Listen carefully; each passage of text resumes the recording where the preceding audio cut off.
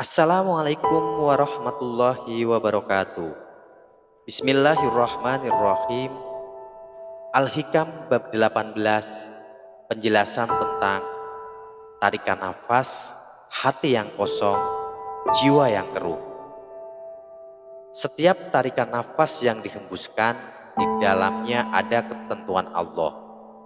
Jangan kosongkan hati dari mengingat Allah, sebab akan dapat memutuskan muraqabah Anda dari hadiratnya.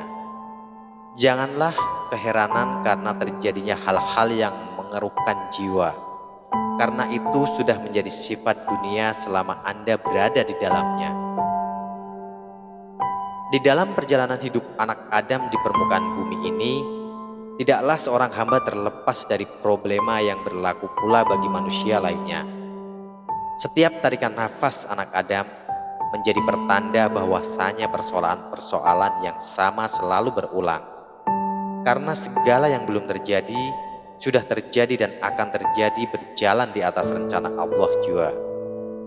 Dan semua ketetapan dan rencana Allah berlaku untuk setiap orang, di mana Anda berada di dalamnya.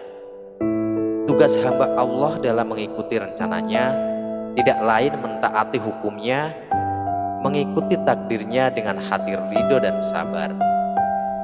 Di samping itu, berikhtiar penuh waspada dan tawakal, terus-menerus takarub kepada Allah dengan mujahadah yang teratur, dan jangan membiarkan hati kita kosong dari zikrullah, agar hubungan dengannya selalu hidup serta menempatkan diri benar-benar sebagai hamba yang patuh.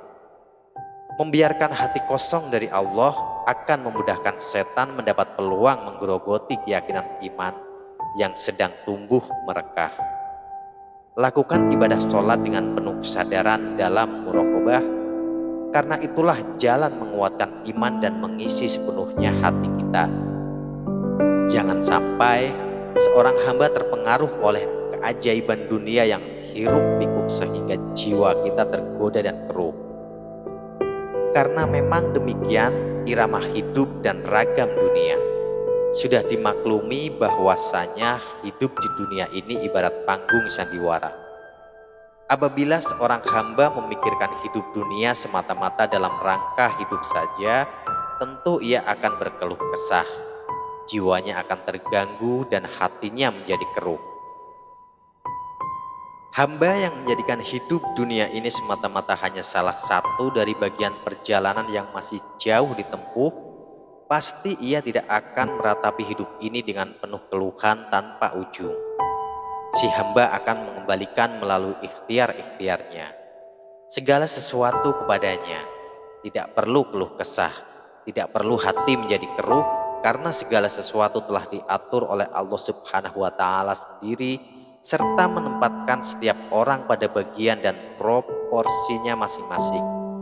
Yang penting dipahami bahwa Allah Subhanahu wa Ta'ala akan menguji kebenaran iman hambanya, dan tidak membiarkan hambanya jatuh kepada perbuatan yang kotor dan sengsara, selama si hamba masih tetap berada dalam hukum-hukum Allah. Hidup dunia itu penuh fitnah, karena selama anak Adam berada di dalamnya, berarti selama itu pula sifat tamak anak Adam tetap menjadi pakaian manusia. Adapun tamak itu akan menumbuhkan fitnah, dan fitnah akan membawa kehancuran. Allah Subhanahu wa Ta'ala menjelaskan dalam hal ini dalam Al-Quran surat Al-Anbiya ayat 35. Dan kami menguji kamu dengan keburukan dan kebaikan sebagai cobaan atau fitnah, dan kepada kami niscaya kamu akan dikembalikan. Dikatakan hal ini juga oleh Imam Al-Jundi, bahwasanya dunia seisinya adalah tempat bersusah payah, tempat fitnah dan bencana. Sedangkan Syekh Abu Turah membagi kecintaan manusia kepada dunia sebagai berikut. Orang mencintai dirinya, tapi ia lupa dirinya itu adalah milik ketamakan dan hawa nafsu. Ada orang yang mencintai ruhnya, padahal ia tahu bahwa ruh itu bukanlah miliknya, akan tetapi milik Allah. Manusia mencintai harta benda, padahal harta benda itu bukan miliknya, akan tetapi milik para ahli waris. Ada lagi orang yang mencintai dua hal, akan tetapi kamu tidak mendapatkannya di dunia ini. Itu adalah kesenangan dan kebahagiaan. Dua hal ini hanya berada di surga. Wajib bagi si hamba dalam urusan dunia tidak menjadikan dunia ini sebagai tempat diam untuk bersenang-senang, walaupun hanya satu tarikan nafas. Si hamba pun tidak condong kepada sesuatu yang akan menarik dirinya kepada kesenangan dunia.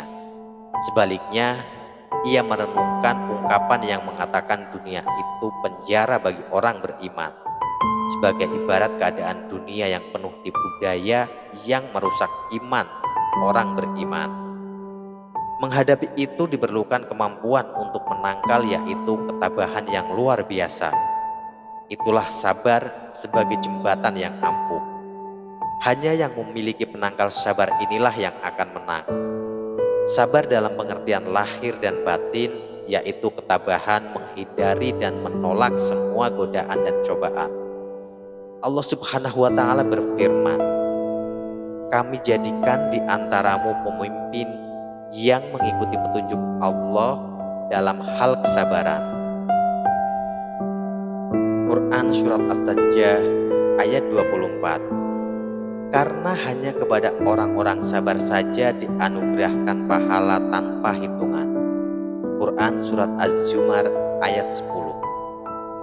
Rasulullah Shallallahu Alaihi Wasallam mewasiatkan melalui sahabat Ibnu Abbas, apabila kalian sanggup berbuat kebaikan karena Allah, ridho dan yakin, kerjakanlah. Apabila belum mampu, sabarlah. Ketahuilah bahwasanya dalam bersabar terhadap apa yang kamu tidak suka, banyak sekali kebaikan di dalamnya. Ketahuilah pula bahwasanya pertolongan dari Allah itu seiring dengan sabar, keadaan mudah seiring dengan keadaan sukar. Seperti diingatkan oleh sahabat Umar bin Khattab, sesungguhnya engkau bersabar atas semua perintah Allah, maka engkau telah menjalankan perintah-perintahnya. Demikian juga sahabat Ali menjelaskan tentang hal yang sama berkenaan dengan kebaikan amal orang yang bersabar karena taat. Ibnu Abbas juga berkata, seutama-utama hamba adalah ia berlaku sabar ketika berada dalam keadaan sulit. Demikianlah penjelasan Al-Hikam bab 18 tentang tarikan nafas, hati yang kosong, jiwa yang keruh. Semoga bisa bermanfaat untuk kita semua. Wassalamualaikum warahmatullahi wabarakatuh.